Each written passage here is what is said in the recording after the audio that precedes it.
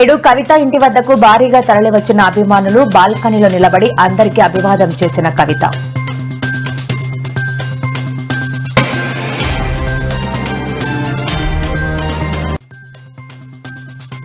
చిన్న చిన్న గొడవలు ఉంటే సర్దుకుపోవాలి. కవిత వ్యాఖ్యలపై కేటీఆర్ పరోక్ష స్పందన.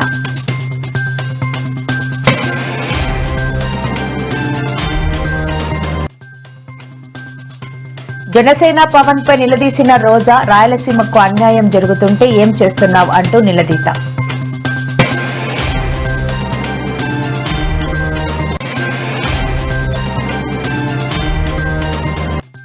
సంవత్సరాలు మారుతున్నా జాబ్ క్యాలెండర్ కు దిక్కులేదు. కూటమి ప్రభుత్వం పై YS Sharmila hot comment.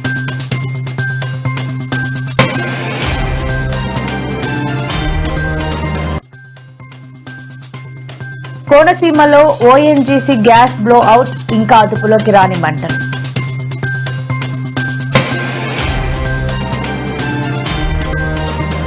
MLC Kalvakuntla Kavitha ఇంటి వద్దకు భారీ సంఖ్యలో ఆమె అభిమానులు చేరుకున్నారు. తెలంగాణ జాగృతిని రాజకీయ శక్తిగా మార్చబోతున్నామని ఆమె ప్రకటించిన వెంటనే రాష్ట్రం నలుమూలల నుంచి ప్రజా సంఘాల నాయకులు, కుల సంఘాల నేతలు, ఉద్యమ కార్యకర్తలు భారీగా హైదరాబాద్ బంజారాహిల్స్ లోని ఆమె నివాసం వద్దకు తరలివచ్చారు. ఈ సందర్భంగా కవిత తన ఇంటి బాల్కనీలో నిలబడి అందరికీ చేతులు జోడించి అభివాదం చేశారు. తర్వాత కిందకు వచ్చి ప్రతి ఒక్కరిని పలకరించారు. ఎలా ఉన్నారు, ఇంట్లో అందరూ బాగున్నారా అంటూ యోగక్షేమాలు అడిగి తెలుసుకున్నారు.